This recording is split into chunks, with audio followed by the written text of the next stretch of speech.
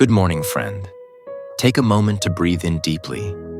The air of a brand new day. Maybe the world outside feels restless, loud, or heavy. But right now, here in this moment, grace meets you. Not because you earned it, not because you did everything right, but simply because God delights in giving it freely. Today's reflection is, walk in grace, living with kindness in a harsh world. It's easy to be kind when people are kind to you. It's easy to love when love feels deserved. But grace, true grace, shines brightest when the world feels dark, when people are impatient, rude, or unfair.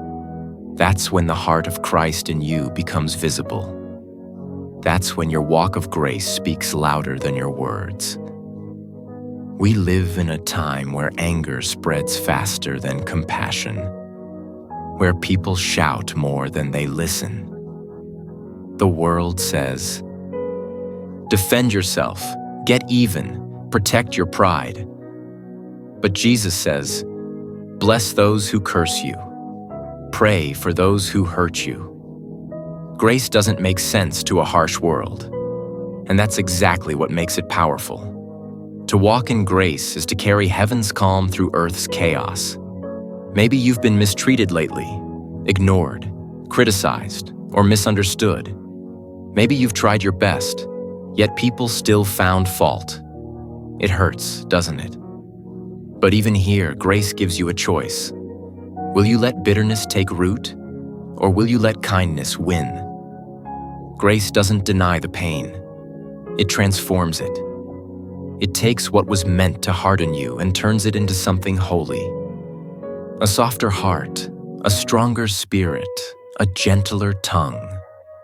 When you walk in grace, you begin to see people differently.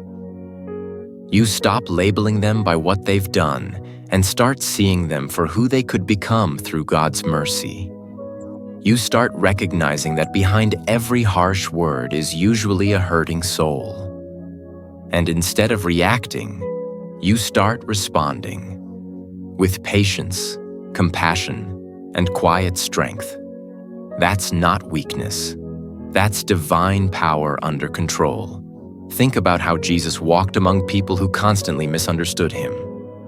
The crowds shouted one day and turned on him the next. Religious leaders mocked him. His closest friends abandoned him. Yet he never let the cruelty of others change his character. He kept walking in love, teaching truth, healing wounds, and forgiving freely. He didn't just preach grace, he embodied it. When the adulterous woman was dragged before him, surrounded by accusations, he didn't condemn her.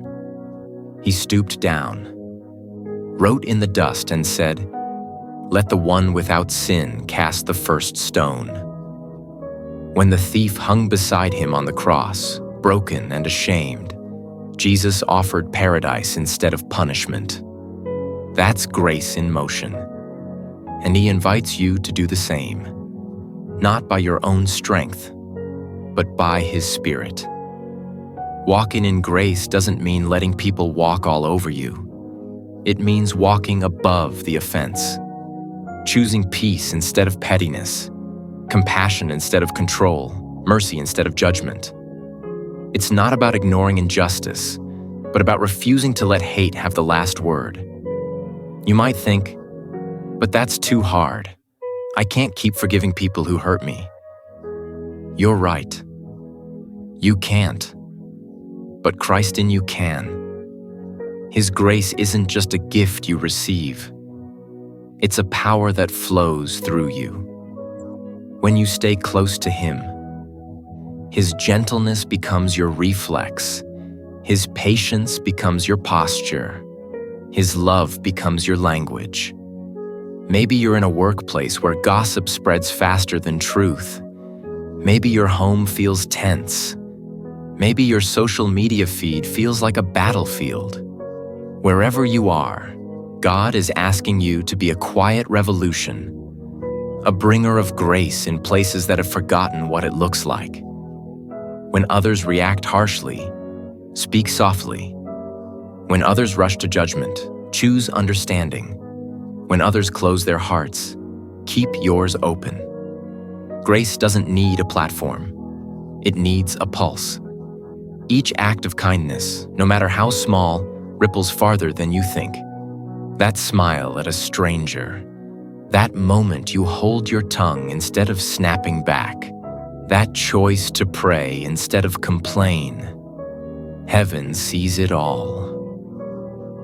God takes what feels insignificant and multiplies it into something eternal. Sometimes walking in grace means forgiving someone who never said sorry. Sometimes it means releasing something you'll never fully understand. But every time you choose grace, you grow.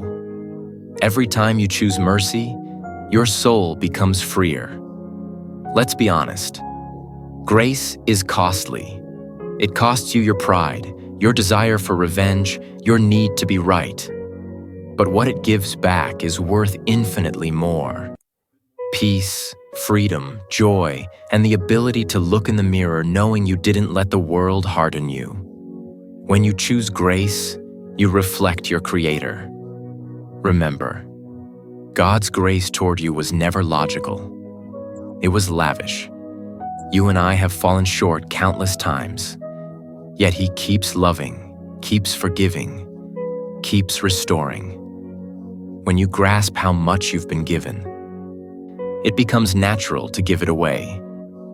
The Apostle Paul said, "Let your conversation be always full of grace, seasoned with salt." That means every word you speak can either wound or heal. Every tone you use can either bring warmth or distance. The way you speak to the barista, the coworker, your spouse, your children, it all matters. Walking in grace is not an act, it's a lifestyle. It's waking up and saying, "Lord, help me reflect you today." It's catching yourself before reacting and whispering, "Give me your patience." It's recognizing when your heart grows hard and praying, "Soften me again." Grace is not passive. It's practiced. It's not weakness. It's wisdom. Because in a world that constantly demands that you fight, grace invites you to shine. And when you live that way, people notice. They may not understand it, but they'll feel it. Your peace becomes a mystery they want to solve. Your kindness becomes a question they want answered. And eventually, they'll realize, it's not you. It's Christ living through you. You see, grace disarms people. It breaks cycles.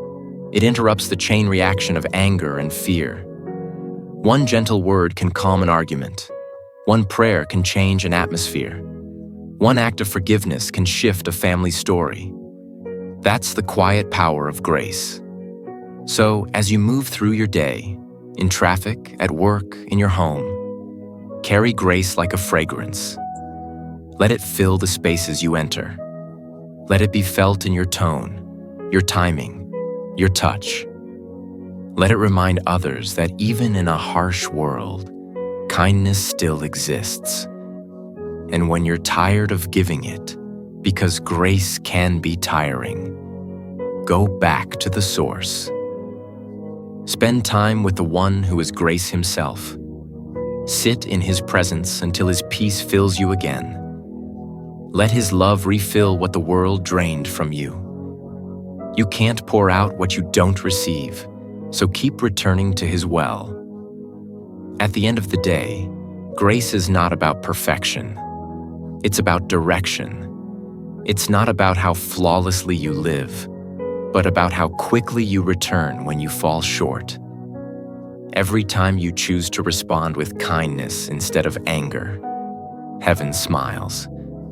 Every time you love when it's hard, you look a little more like Jesus. So today, wherever you go, walk in grace.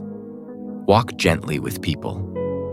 Everyone you meet is fighting a battle you can't see.